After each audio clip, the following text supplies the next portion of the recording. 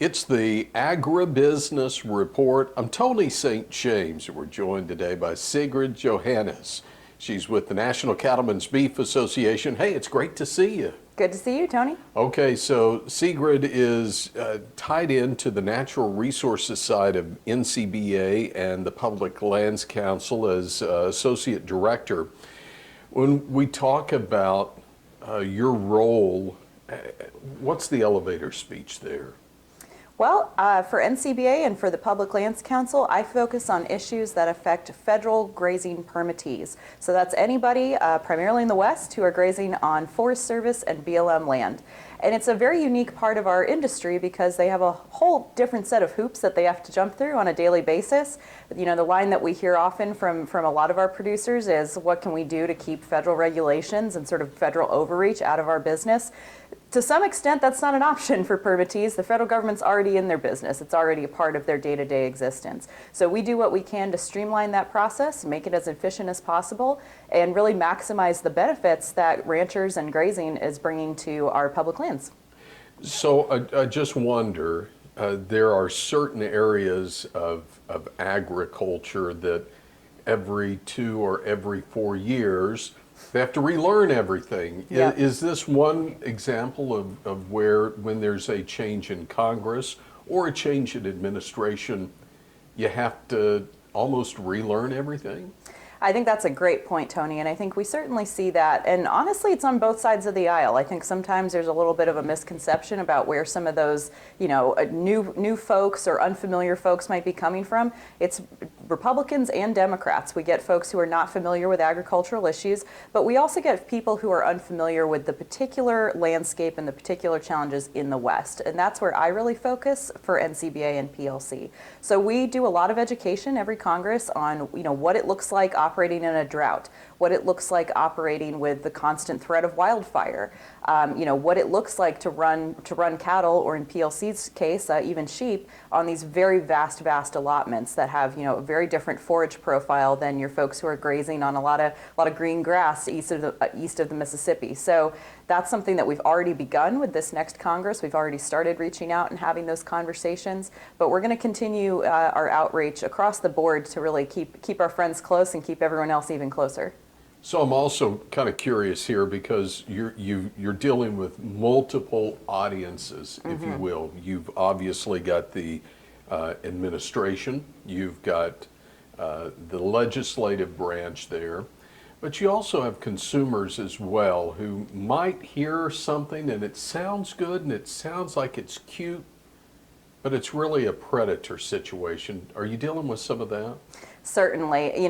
Those big charismatic predators, as we call them, things that you can see and you can buy a stuffed animal for them, people have a very emotional connection to those species, even when they don't fully understand the impact that they have on the land.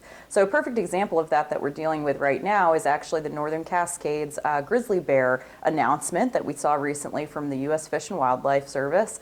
They're thinking about, reopening the process to reintroduce that predator in that area. That's, sounds great on paper to a lot of folks who don't live out there. It's a different matter entirely when you're someone who sees the predatory, toll that takes on your operation every day. Gray wolves is another great example. We've had an awful fall season for a lot of producers in Colorado and other parts of the West, experiencing very high rates of depredation due to gray wolves. And these are species that again have that emotional tie to the American public. And certainly there's a lot of interest in the ranching community in figuring out how they can be responsibly managed.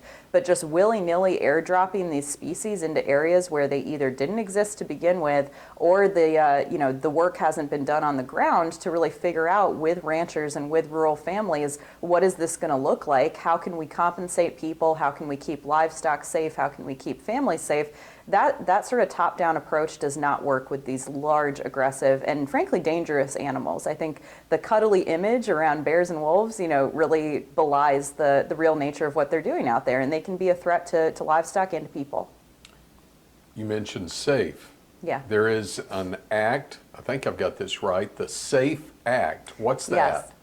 Yeah, that's a great question. So the SAFE Act is a piece of legislation that we've been working on for a few months here at NCBA, working to defeat, frankly. It's the Save America's Forgotten Equines Act of 2022.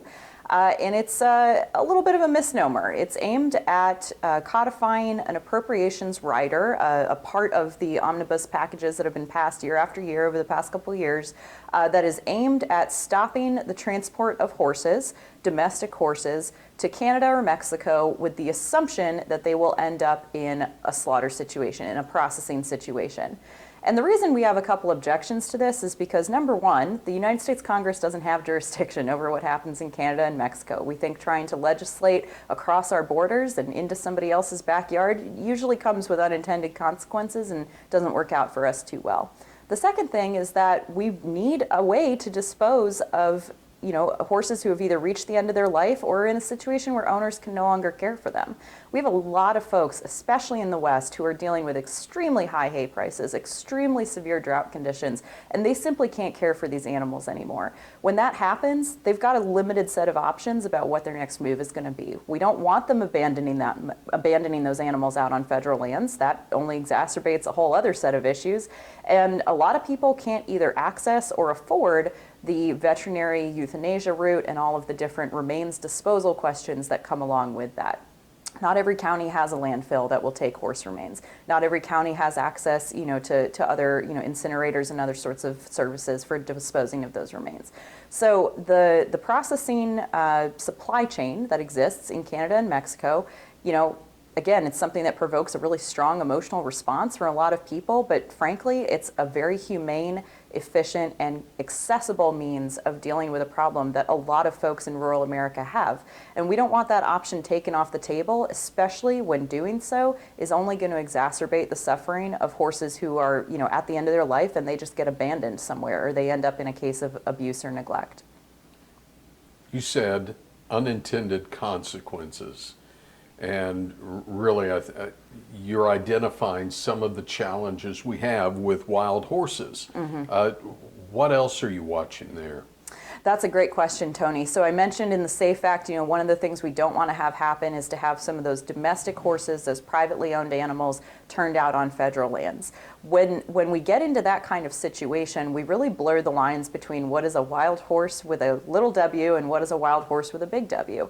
Wild horses are protected under federal statute. We have a lot of horses out there that are not truly wild. They're animals who have been abandoned and who are, gennelled and have had a lot of human interaction, and that's a completely different scenario than some of these other, truly free-roaming horses and burros that we have out on federal lands.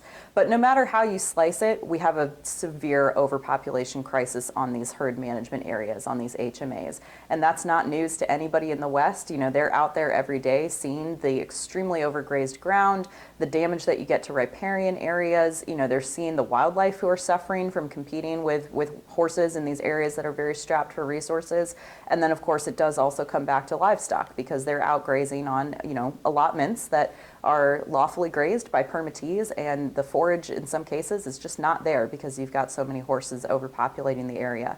So there's another bill in Congress that we're keeping a pretty close eye on. It's been introduced by the chairman of the House Natural Resources Committee, Congressman Grijalva, and it's the Wild and Free Roaming Horse Protection Act of 2022. It's got a lot of concerning ideas in there, quite frankly. One of the key ones that we're really keeping an eye on and trying to fight back against right now is the abolition of the Adoption Incentive Program. And this is a program that BLM runs with a cash incentive attached to try and get more folks to adopt some of these horses out of off-range holding, out of these corrals. I think everybody can agree, everybody who has familiarity with this issue can agree, we don't want horses sitting in corrals for the rest of their lives. It's very expensive to taxpayers, it's not ideal for the animals. We want to get these horses adopted out, we want to get them off to new homes. Many of those are in the east where there's more grass, there's more water. And so we really want to see that program continue, and this bill would get rid of it. So that's one of many reasons why we're opposed. So if we want to keep up with what's going on through the Public Lands Council or NCBA's Natural Resources Department, how do we do that? You can always visit publiclandscouncil.org. We post a lot of updates there about our work. And before I let you go, Tony, or before you let me go, rather, I would be remiss if I didn't ask everybody out there, if you have an interest in any of these issues, if you have any concern about animal welfare, about how our natural resources are managed, go ahead and give somebody a call on the House Energy and Commerce Committee. That's where this SAFE Act fight is being fought, and we really, really want to make sure that we see that bill defeated before Congress gets out before the end of the year here. So go ahead and look up any member on the House Energy and Commerce Committee, give their office a call, they'll pick up, they'll take your name down, take a quick message, and just make sure you make your opinion known there that we do not want to see that bill pass. Sigrid, so great to see you. Good to Keep see up you, the good Tony. work. Thank you. Sigrid Johannes with the National Cattlemen's Beef Association, Associate Director of the Public Lands Council and NCBA's Natural Resources. From Washington, D.C., I'm Tony St. James. It's the Agribusiness Report.